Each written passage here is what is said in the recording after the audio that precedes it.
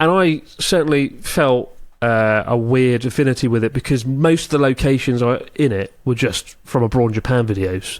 And I don't know if the people who made the film scouted some of the locations on Abroad in Japan. Wow. Hello and welcome to the Abroad in Japan podcast. Probably the best way of learning about life in Japan without actually being in Japan. I'm your host, Chris Broad, and we're joined as always by England's top Japan enthusiast, Mr. Pete Donaldson himself. Pete, how the devil are you doing? What's going on?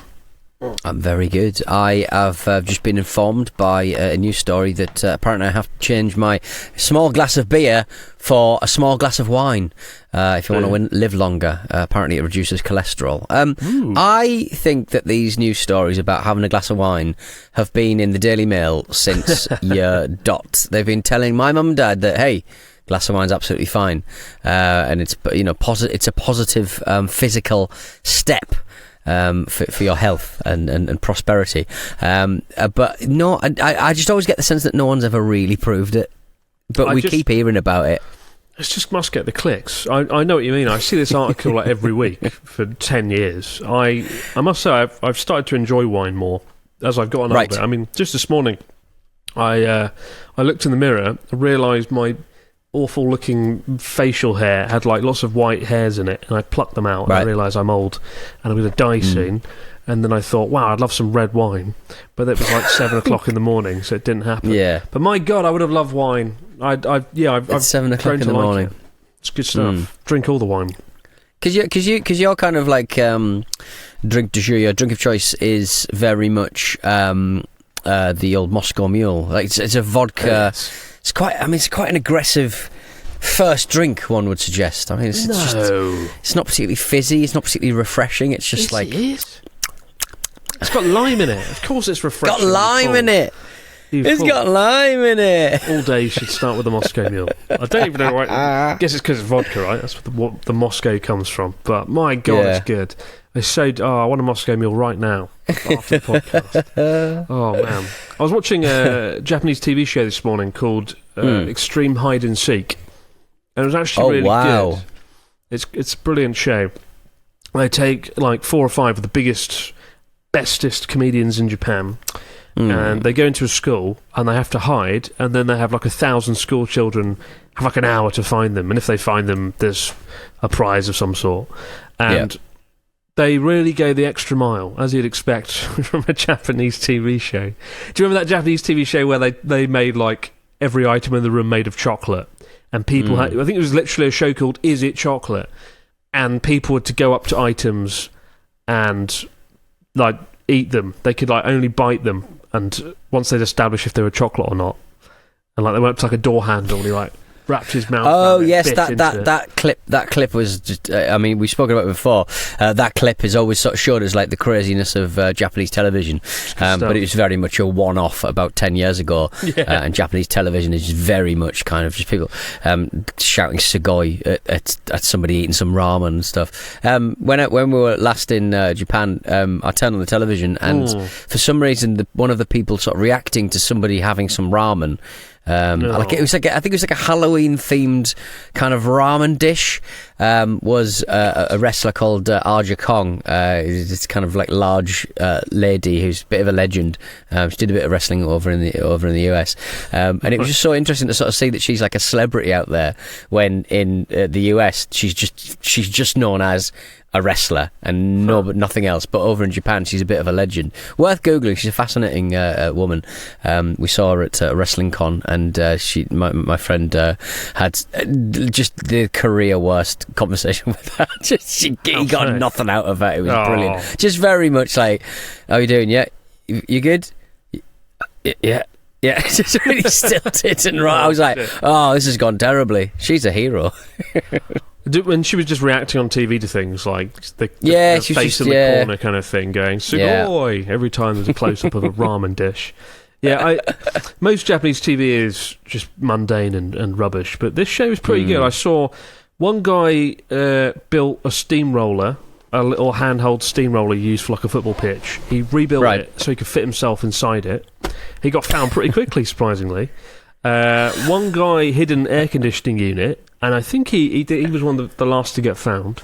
The smartest guy put on like a face mask and a wig and pretended to be a student, and they pretty much got away with it the whole time. They just blended in with the crowd and ran around.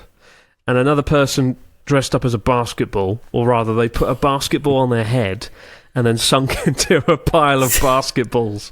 But they got found, unfortunately. So I'm sorry, if I'm going in a room and I'm trying to look for somebody, that's the first place I'm looking at is a big barrel of basketballs, for crying out loud. Lord, I'm surprised the man who was in the roller got found, though. Yeah, it was quite impressive, really. It was good stuff. It was the sort of show I want to see more of. That's what I want to see on Japanese TV. I also, as I mentioned the other day, I was in Canada recently, and that's why I'm a bit jet lagged still. And I flew back 8-hour flight, which actually doesn't feel so bad when you've flown 14 hours to the UK. 8 hours feels like a speed run, a joke. And I watched 2 Japanese films that I want to recommend. One of them is called Perfect Days, and it's a film about a guy who cleans toilets, and that's literally... that's it. He just cleans toilets for 2 hours. It sounds like a comedy or a parody, but it works. It's like a case study on just the sort of ins and outs of a man living a quiet life cleaning toilets. Yeah, I read about this film. It comes highly recommended from everybody who's watched it. So if I had a bit more free time, maybe I'll get it in my eyes. I think I think a lot of people, probably most people, won't be able to watch it for that long because they'll get quite restless because it's like very slow moving. It almost has like a Groundhog Day element to it where he'll clean some toilets, he'll go for lunch, he'll clean another toilet, he'll go for dinner, he'll go to bed, and then he'll do it again. It does that like 3 times in a row. And I remember looking at how long we're an hour into the movie, and he'd just done the same thing 3 times running on repeat. Right. Okay. But it kind of worked because the guy's quite likeable, has a nice story to it, and I certainly felt a weird affinity with it because most of the locations in it were just from Abroad in Japan videos, and I don't know if the people who made the film scouted some of the locations on Abroad in Japan, because one of them's a restaurant that Ryota and I filmed in about 2 or 3 years ago. It's this really cool little noodle restaurant underneath Asakusa by the train station in a very retro-y looking alleyway that I love. And the character just goes there for lunch every day, and it's quite trippy because I recognise the location, and it was really cool. It was kind of cool. Felt like I'd transcended. It was the place. Yeah, check it out. There's a video with Ryota went to Asakusa. And there's this really like Blade Runner-esque alleyway underground, and it's the guy just goes there for lunch. Really cool. Do you just find like a lot of in a lot of like quite legendary, even like cartoons and stuff that that weren't made in Japan, drawing depictions of like of Tokyo, places like that. Like you must be kind of walking around places going, "Oh, this seems sort of familiar." Do you know what I mean? Like 'cause the first time I went to Japan, I big video game, big Shenmue video game fan, and I sort of just walked around the sort of side streets. Like trying to find the place where Shenmue was kind of set a little bit, and it's so kind of evocative and lovely to kind of walk the same streets that the artists kind of represent in their arts. Absolutely, it's lovely. And I've certainly seen it with Japanese travel shows. Foreign travel shows set in Japan where they go to Tohoku, and I've seen locations that we've covered on Abroad in Japan that are quite obscure, and I feel you wouldn't like the location researchers might have just seen in a video because it would take some time to find it. That's happened a few times, so I do wonder. I've actually had location scouts from TV shows contact me for ideas over the past from BBC and whatnot, so you never know who's watching, but it's kind of cool that the place I went for noodles for Ryotaro has been forever immortalised in a rather good film. The second film I recommend is called Evil Does Not Exist, by Hamaguchi, who directed Drive My Car, which I didn't overly enjoy that much. It was alright, it just went on a bit long, and I feel like it could have been condensed, but this film, the opening 4 minutes of this film, Evil Does Not Exist, involves a shot of a camera facing up towards the trees and just walking through the forest, and it's 4 minutes of just a fucking look at some trees moving along. And I did in the director's what a blooper, what a cock up. They were pointing the camera in the wrong place, silly. It's just like did that need to go on 4 minutes? I don't know. It's a very slow burn. Shots linger for like minutes at a time, which is a big no in the modern era where people get bored after 10 seconds on YouTube videos, and we need like rapid fire content to keep people fucking engaged now.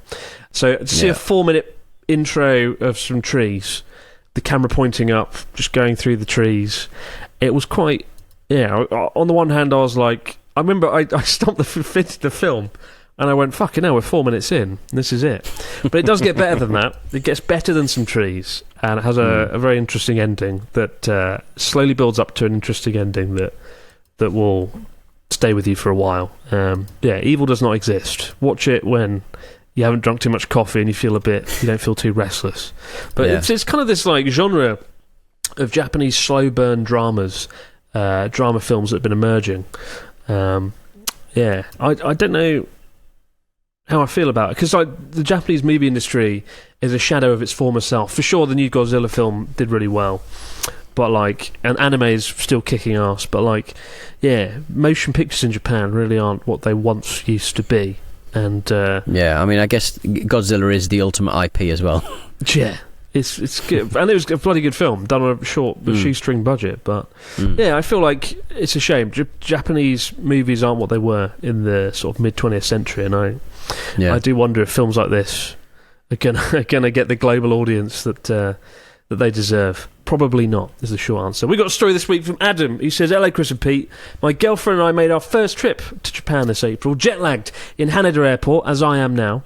Also, note to yourself, if you come to Japan, always come into Haneda Airport, because Narita is fucking shit. I went through it yesterday. It was the worst experience of my life.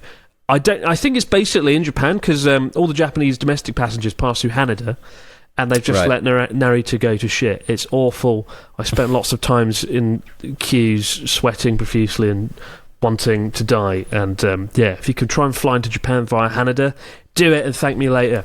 Anyway, I dropped my passport and I didn't notice, but a nice gentleman came running up to me and returned it to me. Fast forwarding a bit, having taken a second connecting flight to Hakodate in Hokkaido, we had landed and were now waiting for our shuttle bus. We were approached by a younger gentleman who obviously noticed our confusion and asked where we were going. We explained it to him and he told us that he would keep an eye out and let us know when our bus arrived. Sure enough, when another bus came, looking exactly the same as the previous ones, he assured us that this was our bus. He spoke with the bus driver, waved us on and said goodbye. It was only when we reached our destination that we realised he'd also paid for our fare. Bloody hell. Why does this never happen to me? These two acts of kindness were an incredible introduction to the country, and we've already made plans to head back in 2025. Being treated so well made my girlfriend extra mindful of others, as we were keen to reciprocate the positivity, if possible. We were careful to carry our trash everywhere and observe others if we weren't sure on etiquette. With these kind acts in mind, what has been a good deed that you have both done this week or month? That was a terrible question, Adam, because I don't think there's an answer. Certainly not an answer on my side. All the best, though, Adam. Pete, what's a good thing you've done this week or month? I just think generally being I carried someone's pram up the stairs where the lift wasn't working yesterday. So that's all you're getting out of me this week, I'm afraid. I am on easy street for the next 7 days. Pay it forward with Pete Donaldson. Pay it forward. I don't know what I've done. I've done nothing. I've been on holiday last week, so I've done fuck all for anyone. I sat by a pool, read a book, and that was all I did, and it was brilliant because I get to do that once every 2 years. That's lovely, though. That's nice. I'm glad you dropped your passport and got it back immediately. Isn't that lovely? Lovely stuff. Yeah. But this week, Mount Fuji finally reopens for its annual climbing season, and it's not got off to a good start, unfortunately. We climbed Mount Fuji last year. And I was reminded when I got up there with Natsuki and the team just how cold and how brutal the summit of Mount Fuji is. And, the last time I climbed it before then was 2013. And when I did it in 2013, I went up with T-shirt and shorts and I nearly got frostbite. And it was awful. And you can watch it on YouTube in glorious 1080p. But unfortunately, people haven't heeded our warnings from that. And people, it seems, don't take Mount Fuji seriously enough. I don't know why, but unfortunately, 3 people have died in less than 24 hours after the official start of the climbing season. Pete, fill us in on this tragic turn of events. The western side of Mount Fuji was officially opened for climbing on Wednesday, and obviously legally it can be hiked at any time of year, but the government strongly suggests that you only take to the slopes at times of year where it's just easier to kind of administer a whole lot of people going up. There's like mountain huts and support facilities are only open during the official summer climbing season. But even when these climbing seasons are in full effect, it's still very, very dangerous indeed. 3 people have died climbing Mount Fuji in the first week of the opening. The first was a man believed to be in his 70s who was discovered near the highest part of the mountain, but on a section that wasn't actually part of an established trail. The body of a 77-year-old man who'd collapsed was found along the Gotemba route trail, and shortly after that, an unconscious man estimated to be in his 60s was found collapsed on the Fujisan route trail and later passed away. Causes of death haven't been determined, but the climb is more arduous than you would imagine, and large temperature changes, bad weather conditions, and quite uneven terrain can test certainly people who are middle-aged to elderly, which in this situation is obviously the situation. But the prefectural police are asking to basically get people to consider factors including the weather and also their own physical condition if they attempt to climb. Chris, you obviously the first time you climbed up, you were woefully underprepared, and if you'd have been alone, you might have been in a bit of trouble. It was my friend George who was in the most trouble. He is like a really fit guy. He did like an Ironman challenge, you know, to like run 1,000 miles and swim 1 trillion kilometers. Yeah. He did it. He was brilliant, but he like wore shorts up the mountain, and I remember on the way up, just Japanese climbers were like, "What the fuck are you doing?" And he was like, "I'll be right." And we got up there. We didn't book a hut, so we had nowhere to sleep. We slept on a bench. We slept on a rock. It was absolute torture, and I felt. It's just awful. It was really bad. And I remember him. I never forget him shaking profusely in a way that didn't look very good. In a way like, oh my god, he's going to die, kind of thing. Hypothermia, frostbite. You know, he was very pretty daft. But last year when we went up, all of the team got, I think, altitude sickness. I think all of us felt pretty uneasy. And I remember, altitude sickness, I didn't feel it in my first climb in 2013, but last year it fucked me up pretty bad. Like, I felt really rough. I couldn't breathe that well. It really affected my asthma. And these guys who are elderly, if they're Japanese climbers, then maybe they've wrapped up warm, but maybe it was the altitude and the nausea that set in. Or could it be the change of the weather? You know, the weather can take a turn for the worse up there, and it's if it gets windy, you've got the wind chill to contend with. So just be careful. I wouldn't recommend hiking alone, really, in general, unless you're a seasoned maniacal hiker like my good friend Quinlan. He runs a channel called Go North Japan, and he actually does tours of Mount Fuji in off-peak season. He takes people up Mount Fuji when there's snow, and I don't know how he does it. And a good friend of mine, I remember he went up in like March, just went skiing down Mount Fuji, which I didn't know you could do, and I maybe he did it illegally. I don't know. Right. But, yeah. I think maybe people must know that it goes on, to be honest. And I like life is about managing risk, I suppose. And in this situation, you've got to be quite au fait with climbing and stuff if you're going to attempt it off season. But I think surely, I mean, there's just always so many people around to sort of give you help, because during the summer months it's like a big sort of queue, big procession up Mount Fuji. That's right. I mean, I wonder that if you don't get a room on those huts, it's pretty precarious, especially if you're doing the overnight climb, which is the main way to do it, right? Is to get a room. We got a room at the hut last time, and to be honest, it was probably more pleasant sleeping outside in the cold anyway, because you're sort of packed into like a little box with like a dozen people, and I had like Ian on my left, Paul on my right. I was boxed in, couldn't sleep at all. Ugh, it was horrible.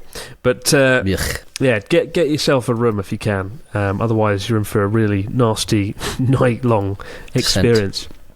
A few other friends of mine do climb. I know friends that have climbed during the daytime and sort of, gone up, started like 8 a.m, come down 5 p.m. They're usually very fit people because coming down Mount Fuji is almost as difficult as going up in some respects because it's very, it's quite rocky, it's quite painful. You slip and slide in the volcanic ash. I don't know if I'd recommend climbing Fuji anymore. Maybe it's something you got to do once, but it's not a very enjoyable experience. Both times I've done it, I didn't really enjoy it. The only reason I remember it fondly last time was because Natsuki made it to the summit, and we never in a million years thought that was going to happen. I actually did, if I was going to place a bet on whether Natsuki would reach the summit or not, I would have put a bet against him probably. So the fact he did it, pretty good, right? Pretty good stuff. Just health-wise, I think probably because he just smokes so much. I think we imagine that he hasn't got the lungs for it. But you do see quite elderly people clambering up that mountain. So maybe an organised climb isn't that much of a stretch for a younger man. Yeah, I mean, I suppose it's not too difficult a climb to undertake. But do it with friends. Try and get a hut if you can. Be advised it's mega busy and not much fun at the top. There are crowds, there's queuing, which you don't really expect on a mountain. But yeah, I think most people I've met have not regretted doing it, so that's kind of encouraging, I guess. So but yeah, it's getting busier and busier, and now there's a fee, I believe, to climb it of 1,000 or 2,000 yen. I need to check, right? But worth it though. You have to pay. Yeah, it's good that they're probably charging for it because they can use the money to clean up the mountain for all the tourists who are going up it. But I look forward to plenty of over-tourism Mount Fuji news stories in the coming weeks. Inevitably, they're going to be coming thick and fast, no doubt. But but do take care when climb Mount Fuji. Be careful and don't underestimate it, as I did on my first climb.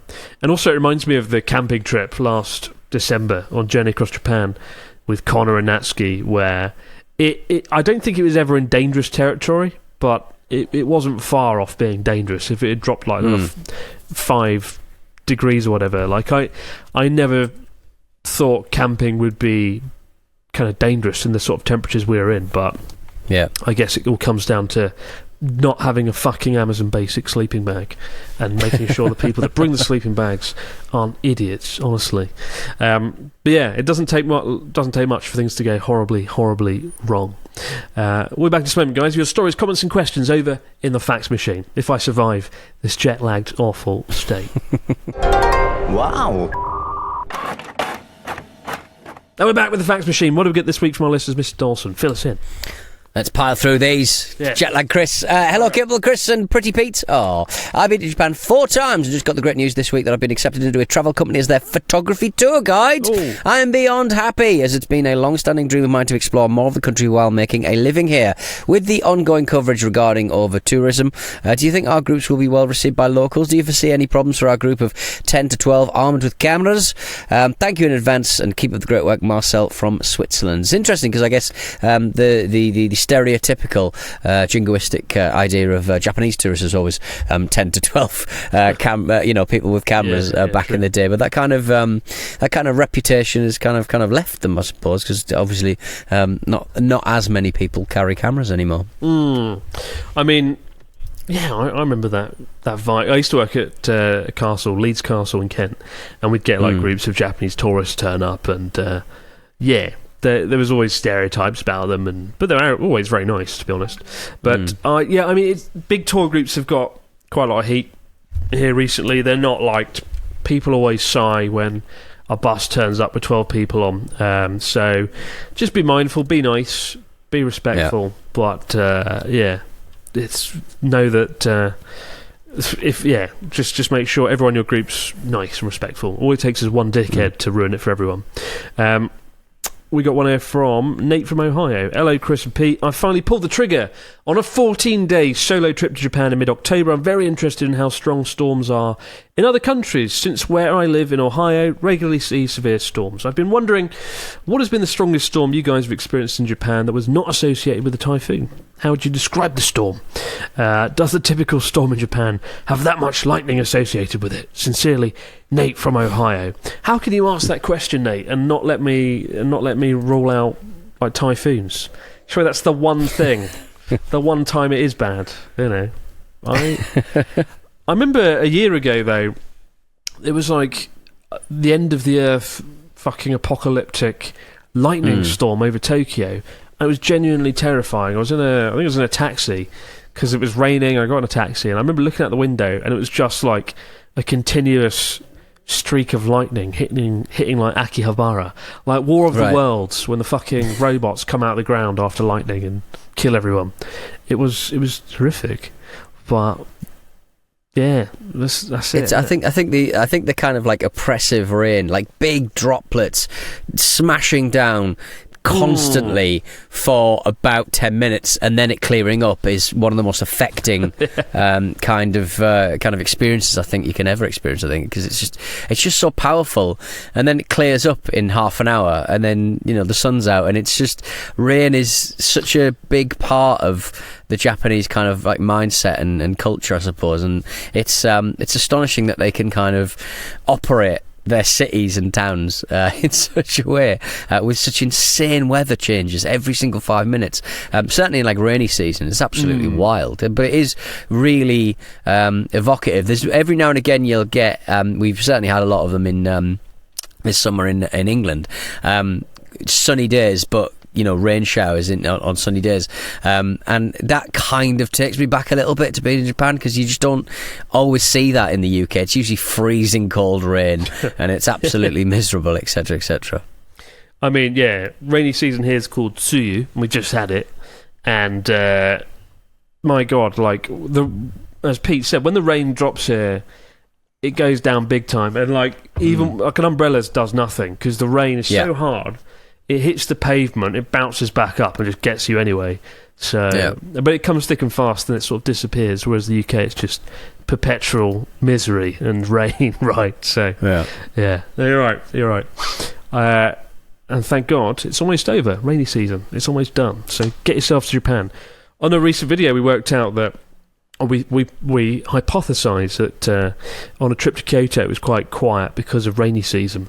And yeah, maybe. I think less people come to Japan in June because of it, so could be a good time to come. But bring the umbrella. Hello, Chris and Pete. I made a trip to Japan earlier this year and had a total blast during my time there. I got some cash out, but I didn't get... I got out some cash, but I didn't quite get through it, so I still had some notes when I left. Now that the new plastic currency has hit the streets, will the old banknotes become defunct? I hope to come back to Japan the next year or so, but might have to exchange what currency I still have if it looks to be discontinued. Cheers, guys. Helen from the UK. That's a good point. I actually think you'll be all right.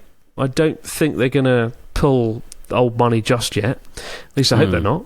But, yeah, I haven't seen the new currency yet. It's all plasticky and there's got like a 3D hologram on it or something, right? Have you seen it? I haven't, and also I would hate to be turning up to Japan with a lot of cash that I had last time, and then trying to go into a bank to change it, because I imagine the process in going into a bank without being a Japanese resident is limiting, I think. But if there's a way of doing it, presumably there's like vending machines. There must be a vending machine that can exchange old money for new money. I don't know. I wonder.